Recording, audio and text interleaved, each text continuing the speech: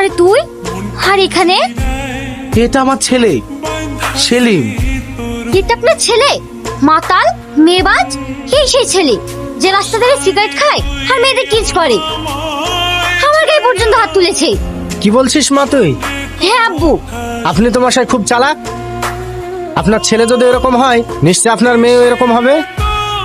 এ বিয়ে ক্যান্সেল। চ মা।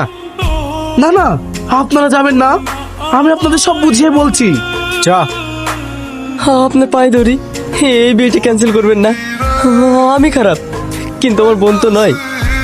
প্লিজ আঙ্কেল, এই বিয়েটা ক্যান্সেল করবেন না। ও খুব ভালো মেয়ে। সরো।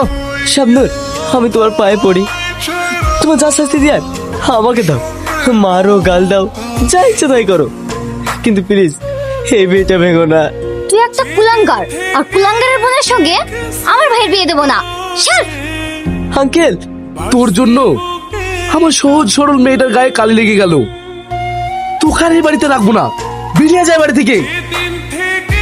আব্বু, তোমার কথাটা একবার শোনো, আমি বোনের বিয়ে ভাঙতে দেবো না। আমি তোর কোনো কথা শুনতে চাই না আমি। আজ থেকে তোর জন্য এই বাড়ির দরজা বন্ধ। তুই কে রে শালা? আমি কে সেটা তোকে জানতে হবে না, ওনাদের ছেড়ে দে। এই ওদের ছাড়, এই শালাকে ঘুমাত। এই আপনারা ঠিক আছেন তো? হ্যাঁ, তুমি কে আর এত রাতে এই রাস্তায় কি করছিলে? বলতে পারেন এই রাস্তায় আমার ঠিকানা, রাস্তায় বাড়ি। গ্রাম থেকে শহরে এসেছি একটা কাজের খোঁজে, কিন্তু কোনো কাজ পাইনি। তাছাড়া আমার থাকার কোনো জায়গা নেই, তাই ওই বাস স্ট্যান্ডে বসেছিলাম। ও বুঝেছি, চলো আমাদের সঙ্গে, একটা ছোট ঠিকানা হয়ে যাবে আর একটা ছোট কাজও। হ্যাঁ আব্বু, তুমি ঠিকই বলেছো, চলো। আপনি সত্যি বলছেন? হ্যাঁ সত্যি, তুমি আমাদের এত বড় উপকার করলে। আজকালকার দিনে পর মানুষ হয়ে এরকম উপকার কে বা করে বলো?